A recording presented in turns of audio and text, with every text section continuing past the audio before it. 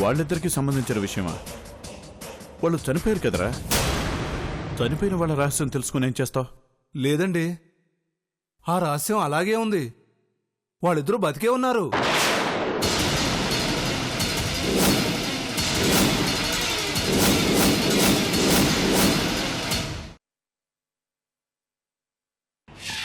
నిన్ను చంపడానికి కూడా నేను వెనకాడను. అయిన వాళ్ళనే మోసం చేసిన వాణ్ణి, కాని వాణ్ణి చంపడం నాకు పెద్ద కష్టం కాదు. విజయ్, నన్నెందుకు నువ్వు అపార్థం చేసుకుంటున్నావు? నేను ఇదివరకటి రుద్రాన్ని కాదు, పూర్తిగా మారిపోయిన విజయ్.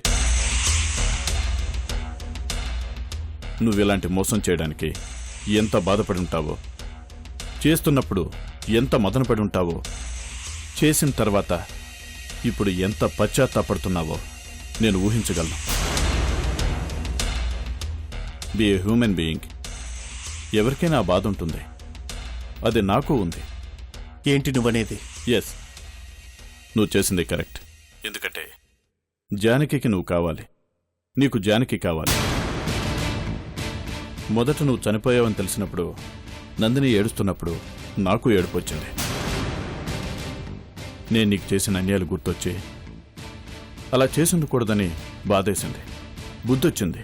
ఇప్పుడు నువ్వు బతుకున్నావని తెలిస్తే అవన్నీ పోతాయా? పోగా. ఒకసారి తప్పు తెలుసుకున్న మనిషి మళ్ళీ తప్పు చేస్తాడా? చేయడిగా. నువ్వు లేవని నందిని నేను పెళ్లి చేసుకుందామని మానసికంగా సిద్ధమయ్యాను. ప్రపోజ్ చేశాను. తను ఒప్పుకోలేదు. రెండో రోజు ఆలోచించుకుంది, మూడో రోజు ఒప్పుకుంది. నా ప్రేమ నిజం కాదా అని అడిగింది. నిజమని చెప్పాను. ఎలా నమ్మాలి అంది. నమ్మకం కలిగించాను. నందిని జీవితం ఏమైపోతుందోనని ఇక నువ్వు ఫీల్ అవ్వాల్సిన అవసరం లేదు విజయ్. తనకి నేనున్నాను. నువ్వు లేని లోటు మ్యాక్సిమం తీరుస్తాను. ఎందుకంటే తనంటే నాకు ఇష్టం. తనకు కూడా నేనంటే ఇష్టం కలిగింది కదా. పొరపాటును కూడా మీ గురించి నేను బయటపెట్టను. అట్ ద సేమ్ టైం మీరు కూడా జాగ్రత్త పడండి. పొరపాటున మీరు బతుకున్నారని తెలిస్తే నా కాపురం కూడా చెడిపోతుందిగా. సో ఇక మీరు హైడ్లోనే ఉండాలని, మీ గురించి నందినికి ఎప్పటికీ నిజం తెలియకూడదని మీకంటే ఎక్కువగా కోరుకుంటుంది నేనే. పొరపాటున నువ్వున్నావని తెలిసి నన్ను దూరం పెట్టిందనుకో, నేను తట్టుకోలేను విజయ్. నందిని దృష్టిలో మీరు చనిపోయి ఉన్నారు. ఆ విషయం మీకంటే నాకే ఎక్కువ అవసరం. కాబట్టి ఈ రహస్యాన్ని నేను జాగ్రత్తగా కాపాడుకుంటాను. అసలు నేను నీకెందుకు ఫోన్ చేశానంటే, ఫర్దర్గా ఈ రహస్యాన్ని రహస్యంగానే ఉంచడానికి, నా నుంచి నీకేమైనా హెల్ప్ కావాలంటే, కోఆపరేషన్ కావాలి అంటే జస్ట్ ఒక ఫోన్ కాల్ చేయి. హెల్ప్ చేస్తాను. ఈ విషయం చెప్పడానికి. Okay, bye.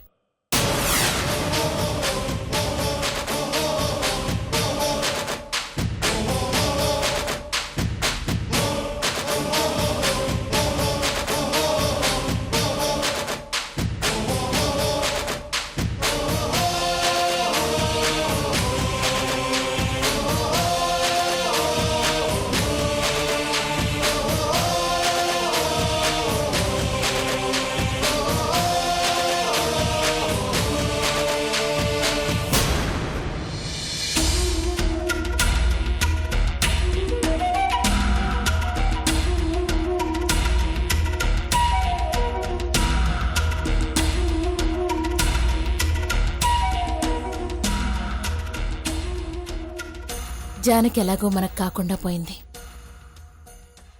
ఉన్న నందినిలోనే తన్ను చూసుకుని బ్రతుకుతున్నాం. దేని జీవితానికైనా ఏ లోటు రాకుండా ఉంటే అంతకంటే ఏం కావాలి చెప్పు? ఎంతకంటే మనం ఏం చేయగలం ప్రవళిక? తను కోరుకున్న మనిషిగా తన్నిచ్చి పెళ్లి చేస్తున్నాం కదా.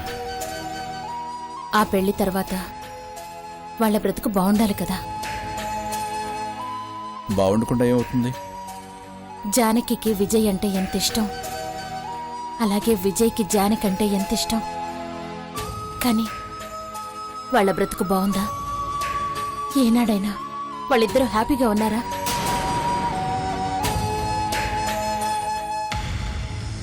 చిన్నపిల్లలప్పుడు పెళ్లి చేశారు.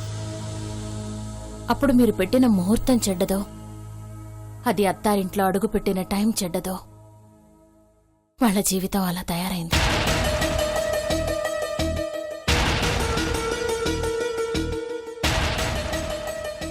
ఇప్పటికీ వాళ్ళిద్దరికీ ఏకాంతం దొరికి హ్యాపీగా ఉన్నారు. అదే అక్కడ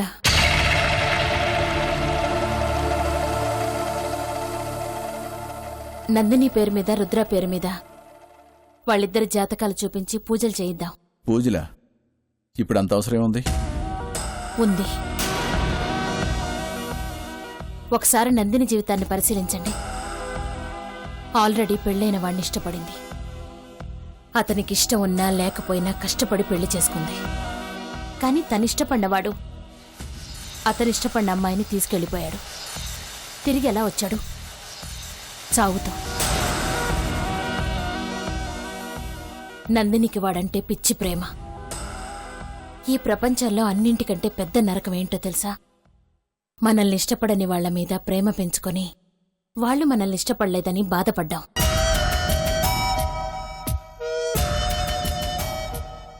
ఏదో అవన్నీ దాటి ఇప్పుడు రుద్రని ఇష్టపడుతోంది. కానీ వాళ్ళిద్దరి మీద నిందలు, అపోహలు, ఏవో గ్రహపీడలు వాళ్ళిద్దరి చుట్టూ ఉన్నాయి.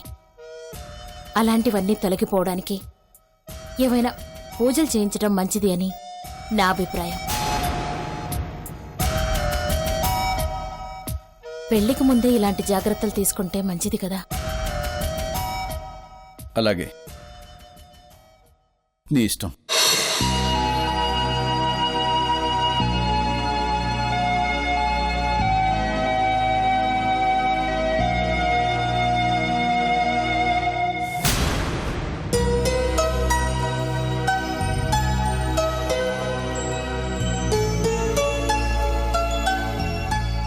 విజయ్ ఎక్కడికి వెళ్ళాడమ్మా? అది వస్తూ ఉంటాడన్నయ్య. ఓహో,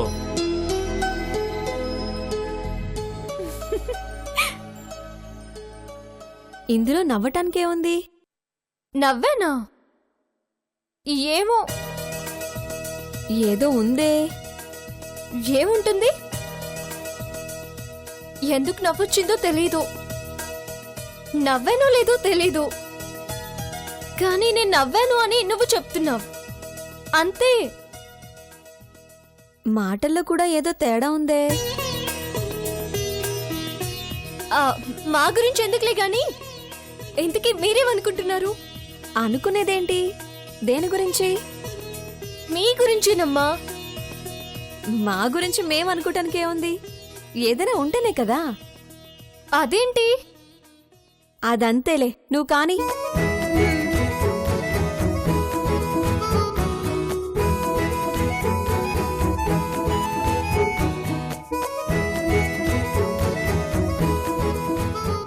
హాయ్ పట్టాభి. విజయ్ ఎక్కడికి వెళ్ళావు? అది షాపింగ్. జానకి, ఒకసారి ఇట్రా. వస్తున్నాను.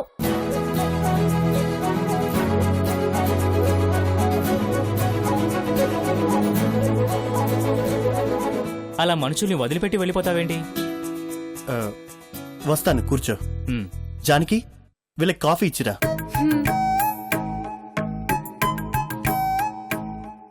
అక్కర్లేదు, మా కాఫీ మేం పెట్టుకుని తాగలం. వెళ్ళమ్మా, మీ ఆయన పిలుస్తున్నాడుగా.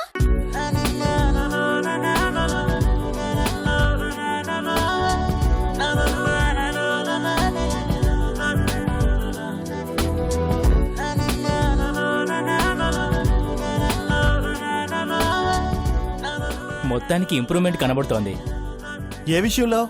మొగుడు పిల్లలు రహస్యంగా మాట్లాడుతున్నారంటే వాళ్ళిద్దరూ దగ్గరవుతున్నారని అర్థం.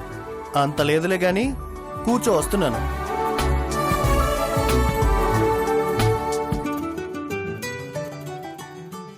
ఏంటి? ఇదిగో చీర. ఎందుకు? చెప్పానుగా ముహూర్తం పెట్టించుకొని వస్తానని.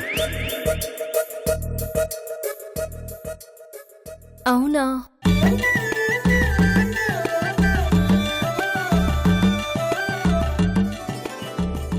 అయినా నాకు ఈ ముహూర్తాలు వాటి మీద నమ్మకాలు లేవు.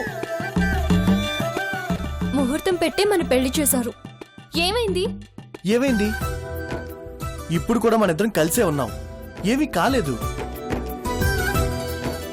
ఆ ముహూర్త బలం గట్టిది కాబట్టే మన మధ్య ఎన్ని అడ్డంకులు వచ్చినా ఇప్పుడు కూడా కలిసే ఉన్నాం. మనమే గెలిచాం. కరెక్టే కదా?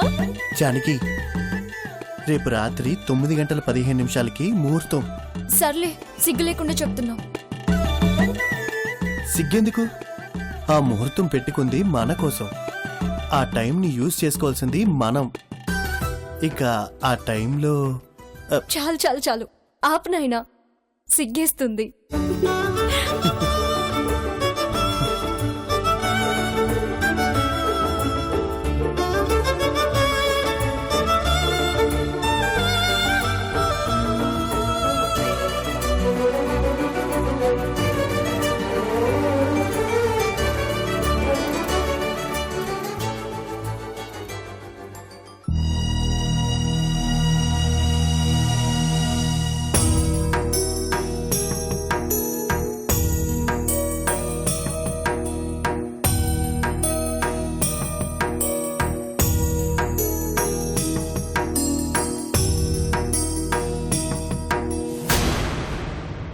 అన్నయ్య, భోజనం చేసి వెళ్ళండి. ఆకలేయట్లేదమ్మా.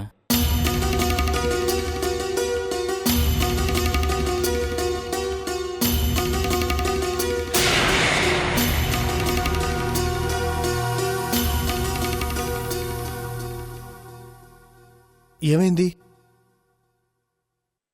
వాళ్ళకు కూడా మంచి రోజులు వస్తాయి కనిపిస్తుంది.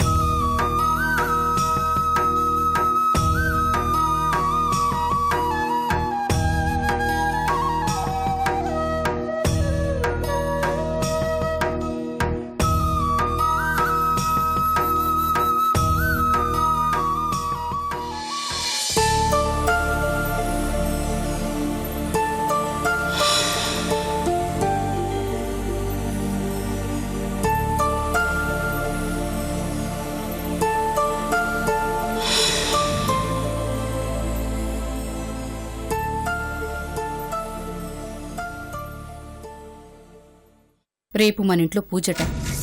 అదేంటి, మన ఇంట్లో పూజకి ఎవరో చెప్పినట్టు అంటావేంటి? మన ఇంట్లో అంతా మన ఇష్ట ప్రకారమే కదా జరిగేది. అన్నీ ఇష్ట ప్రకారమే జరగవు. ఒక్కోసారి అయిష్టాన్ని కూడా ఇష్టపడాలి. తప్పదు. పూజ అంటే ఇష్టం లేకపోవడం ఏంటి? పూజలంటే ఇష్టమే, కానీ ఆ పూజ చేసే కారణాలే కొన్ని నచ్చుతాయి, కొన్ని నచ్చవు. నీకు ఈ మధ్య వయసుతో పాటు మాటల్లో వేదాంతం, ఒక్కోసారి రాద్ధాంతం కూడా పెరిగిపోతోంది. ఇంతకీ ఏం పూజ, ఎవరికి పూజ, ఎందుకు పూజ? నీ పేరు మీద, రుద్ర పేరు మీద. రుద్ర? మా ఇద్దరి పేరు మీద పూజ ఏంటి? అదే. హాయ్ నందిని. ఏంటి, రేపు జరిగే పూజ గురించే మాట్లాడుకుంటున్నట్టున్నారు? అదే, ఎందుకు ఏంటి అని అడుగుతుంటే. అదా, నేను చెప్తానులేండి. నందిని, చెప్తాన్రా. రుద్ర, పూజ గురించి చెప్పడానికి పైకెందుకు? ఇక్కడే చెప్పొచ్చుగా. నందిని, నీకు విషయం కావాలా, చెప్పే ప్లేస్ కావాలా? విషయం. అయితే రా, చెప్తాను.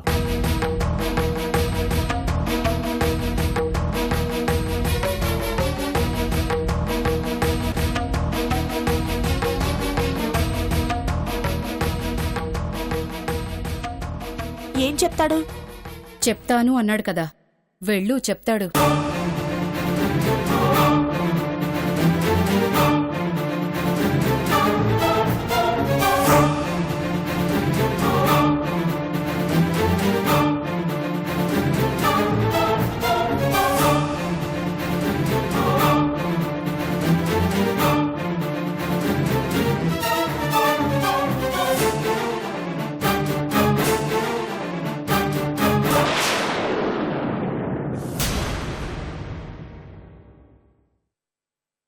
ఏంటో చెప్పు. అయినా మనిద్దరి పేరు మీద పూజలేంటి? అదే నందిని, ఇప్పుడు మనిద్దరం ఫ్రెండ్స్ కదా. అవును, కాదని ఎవరన్నారు? ఈ మధ్య నీ వలన నా మీద నిందలు పడి నా పెళ్ళాగిపోయింది కదా. మొన్న నీ ఫ్రెండ్ అపార్థం చేసుకోవాలా? నా వల్ల మీ అత్తయ్య పిన్ని నిన్ను అపార్థం చేసుకున్నారు కదా. ఏ పాపం తెలియకుండా మనిద్దరం సొసైటీలో బ్యాడ్ అయిపోతున్నాం. ఇవన్నీ ఎందుకు జరుగుతున్నాయి? ఏవో దుష్టగ్రహాలు మన చుట్టూ తిరుగుతున్నాయి కాబట్టి. అయితే ఏంటి? మనం ఎంత ప్రశాంతంగా ఉంటే మన జీవితాలు అంత ప్రశాంతంగా ఉంటాయి.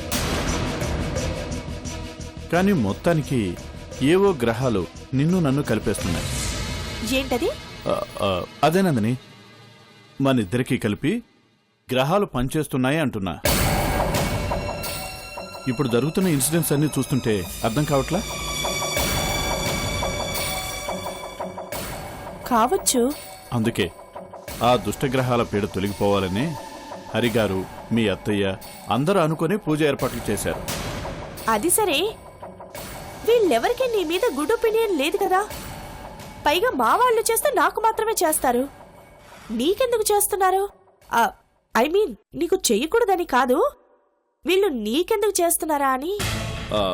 అది నువ్వెలా నా పెళ్లి నీ వల్ల చెడిపోయిందని రెస్పాన్సిబిలిటీ ఫీల్ అవుతున్నావో, అలాగే వాళ్ళు కూడా నీ వల్లే నా మీద నింద పడిందని ఫీల్ అయ్యి నాకు కూడా ఏర్పాట్లు చేశారు. పర్లేదు, మా వాళ్ళు అంత బ్రాడ్గా ఆలోచిస్తున్నారా? పెద్దవాళ్ళు ఏం చేసినా మన మంచికే చేస్తారు, కాదనకూడదు.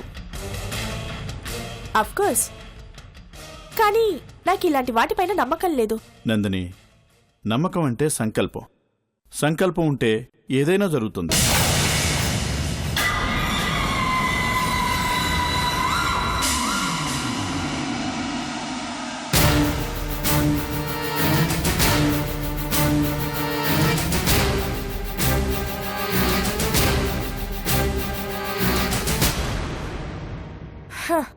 ఓకే, నమ్ముతున్నాను. రా.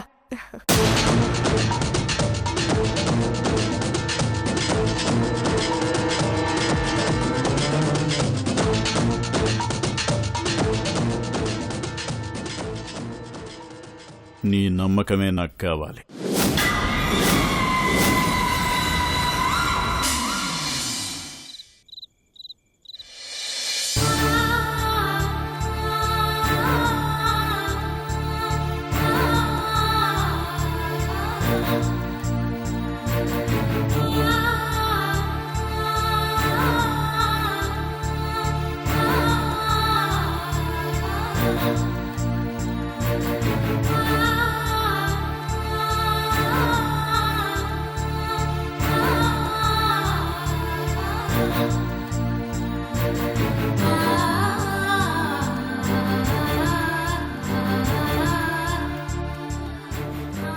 జంట భలే ఉంది కదే.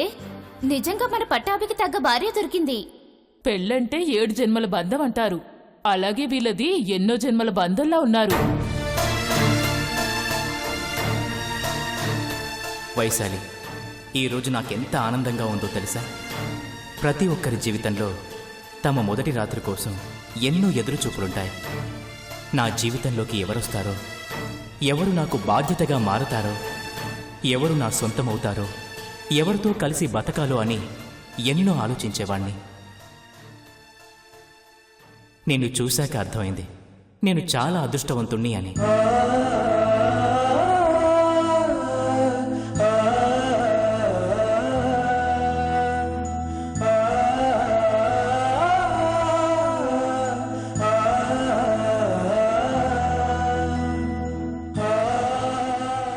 నన్ను క్షమించండి. నేను ఇంతకు ముందే ఒక అతన్ని ప్రేమించాను. అతని పేరు యోగి. నాకు ఇష్టం లేకుండా ఈ పెళ్లి చేశారు. అవునా? మరి ఈ విషయం మీ పెద్దవాళ్లకు తెలుసా? తెలుసు, కానీ వాళ్ళకి ఇష్టం లేదు. మీరు నన్ను ముట్టుకుంటే నాకు యోగి గుర్తొస్తాడు. అది మీకు ఇష్టం అనుకుంటే మీ ఇష్టం.